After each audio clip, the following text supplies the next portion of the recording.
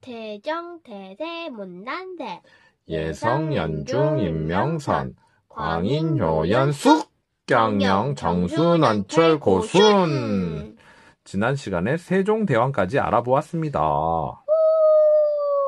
이번 시간에는 문종에 대해서 간단히 알아보도록 하겠습니다. 우리는 이번에도 10분이 되면 무자비하게 끊어버릴 테니 노래 하세요. 이러진 않을 것 같습니다. 그럴게요. 그냥 뚝 끊기겠죠. 지난 시간에도 횡설수설했지만 이번 시간에도 횡설수설할 수 있으니 이해해 주시기 바랍니다. 횡설수설과 어수선. 그리고 우리가 어를 많이 할 수도 있어요. NG가 좀 낮죠. 자, 그럼 이번 시간에는요. 근데 문종은 세종의 몇 번째 아들입니까? 첫째 아들입니다. 그러니까 우리가 근데 여러분 검색을 해보니까 말이죠. 조선 왕조 최초로 첫째가 왕이 됐어요. 그렇군요. 태조는 그냥 지은 거니까. 뭘 지어요? 나라를 짓죠. 나라를 건국한 거니까 안 들어가고, 정종은 둘째 아들, 태종 다섯째 아들, 태종은 셋째 아들인데, 문종은 첫째 아들이에요. 그래서 진짜 적장자라고 하죠. 적장자. 그렇군요. 어쨌든 태조는 좋겠어요. 조선에 27명의 왕이 다 자기의 후손들이니까요. 다 나의 후손들이다. 이씨왕조. 대정, 대세, 문단세. 예성, 연중, 임명선. 광인, 효연, 숙. 경영, 정수, 난철, 고순. 여러분도 한 번씩 외워보면 조선의 왕 27명을 천천히 외울 수 있게 될 겁니다. 좀 노래가 느려졌죠. 천천히 부르도록. 그럼 문종은 세종의 어떤 아들이었나요? 일단 못하는 게 없는 그런 아들이었습니다. 그렇기 때문에 동생들은 아예 넘보지 못했죠. 하지만 이 문종은 세종의 부인, 그러니까 중전이라고 하죠. 중전에 3년상을 치르다가 몸이 좀 약해졌고, 그 다음에 이제 세종이 돌아가셔서 세종의 3년상을 치르다가 또 몸이 약해졌고, 이렇게 3년상을 여러 번 겹쳐서 하다 보니까 몸이 약해졌습니다. 그래서 근데 찾아보면 처음부터 문종은 몸이 약하여 39살에 하늘나라로 갔다고 나오던데 그런 건 아니었나 보군요. 네, 처음부터 몸이 약하지는 않았어요. 조선 개국 이래 첫째가 왕이 된 문종. 그러면 문종은 왕의 기간이 몇 년이나 됐나요? 2년 좀 넘었어요. 2년 4개월. 그러니까 1450년부터 1452년이죠. 특별히 뚜렷하게 조선에서 큰 업적을 이루지는 못했군요. 네, 빨리 돌아가셨기 때문이죠. 더 오래 살아계셨다면 위대한 업적을 남겼을지도 모르는 그런 분입니다. 아쉽죠, 아주. 그리고 이제 문종이 그렇게 빨리 돌아가셨으므로 그의 아들인 단종이 왕위를 잇게 되었죠.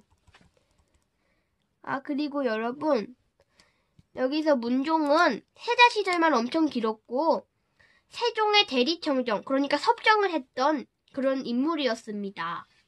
그러니까 왕으로 1450년부터 52년까지 왕만 한 게 아니고 왕처럼 정치에도 관여하고 정사에도 관여한 적이 있었군요. 그게 바로 섭정이죠.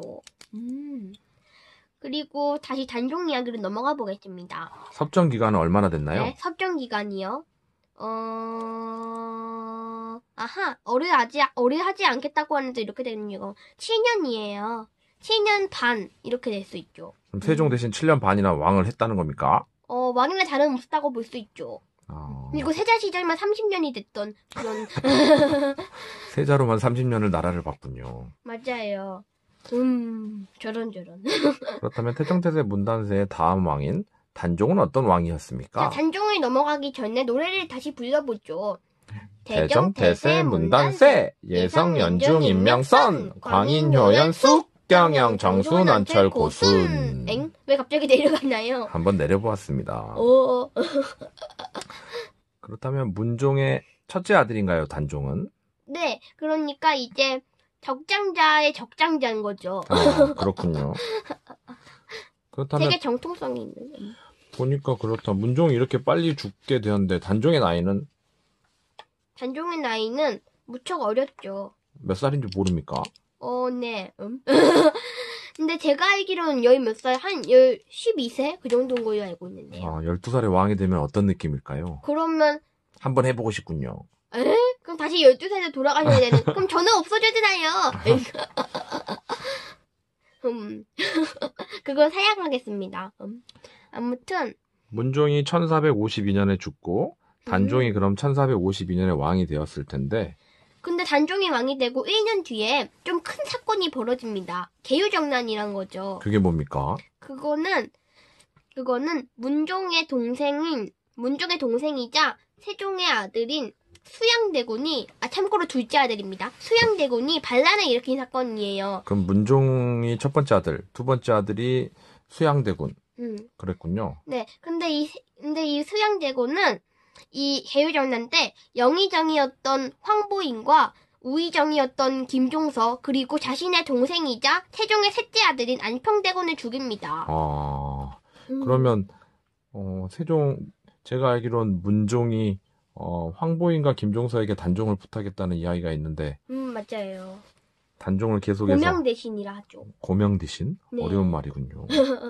그럼 이 계유정난으로 그럼 세조, 그러니까 수양대군은 본인이 권력을 찬탈하기 위해서 방대편 세력을 다 죽여버린 거네요. 네, 그렇죠. 그러니까 이 태종 이방원의 왕자의 난과 되게 비슷하다 볼 수 있죠. 그렇군요. 권력을 위해서 많은 사람을 죽였군요. 네. 그리고 결국 이제 얼마 뒤 단종은 1455년에 세조에게 왕위를 넘겨줍니다. 왜 왕위를 넘겨줬나요? 자기가 끝까지 왕한다고 하면 되지. 그게 이때 세조가 계유정난 이후로 권력이 엄청나게 강해졌기 때문에 계속 왕을 하고 있다간 목숨이 위험했습니다. 근데 여러분, 양위를 한다고 목숨이 붙어있을 가능성도 적죠. 하지만 이게 단종으로서는 최선이었을 겁니다. 자기가 목숨을 계속 위협받으니까 근데 여러분, 삼촌이 자기를 죽이려고 하다. 단종이 세조의 조카예요. 그러니까. 그렇기 때문에 아주 무서운 일이 일어나는 것이죠. 근데 옛날엔 이런 일이 참 많았답니다. 권력을 위해서. 그렇군요. 그럼 단종이 삼촌에게 왕위를 주고 어디로 떠났나요? 네, 단종은 말이죠, 여러분. 유배를 가게 됐는데요. 영월이라는 곳으로 갔습니다. 영월은 강원도에 있죠. 그곳에서 그러면 씁쓸하게 생을 마감했나 보군요. 맞아요. 뜨뜨뜨라는 이런 노래가 있죠. 뜨뜨뜨. 그럼 단종 다음에 삼촌이 왕이 된 세조. 세조는 어떤 왕이었나요? 세조는 딱 카리스마 있는 그런 가능한 왕이었을 거라고 봅니다. 되게 태종과 비슷한 이미지고요. 업적으로는 일단 경국대전이라는 걸 편찬하기 시작했고요. 경국대전은 조선의 최고 법전입니다. 최고 법전. 네, 그리고 참고로 이 경국대전은 세조의 손자인 성종대의 편찬이 완료됩니다. 되게 오랫동안 그러면 법을 만들었나 보네요. 네, 그리고 이제 또 다른 업적으로는 세조는 그러면 몇 년부터 몇 네? 년까지 왕위를 했나요? 1455년부터 1468년, 그러니까 13년간 왕을 했습니다. 근데 그렇게 많은 기간은 아니죠. 사람을 많이 죽여놓고 결국에는 13년 왕하려고 그렇게 많이 죽였군요. 근데 이것도 이때는 그렇게 짧게 산 게 아니죠. 이때는 되게 사람이 빨리 죽었으니까요. 그럼 세조의 업적은 어떤 게 있나요? 네, 일단 직전법이라는 직전법이라는 게 있습니다. 직전법이 뭔가요? 네, 직전법은 일단 이 직전법이 생기기 전에 조선의 토지제도, 농지제도는 과전법이라는 거였습니다. 그게 뭡니까? 퇴직한 관리도 수조권을 받는 건데, 수조권은 토지에서 일정량의 세금으로 징수할 수 있는 그런 겁니다. 그러면 그리고 과전법으로 조선이 처음에 시작했다가 세조가 왕이 된 다음에는 직전법으로 바뀐 건가요? 네, 직전법은 현직 관리에게만 수조권을 주는 거였습니다. 아, 근데 여러분 있잖아요. 여러분 이제 끝날 네? 시간이 됐습니다. 벌써요? 노래를 부르겠습니다. 하나, 둘, 셋, 넷. 대정, 대세, 문단세, 예성, 연중, 임명선, 광인, 효연, 쑥, 경영, 정수, 넌철, 고순.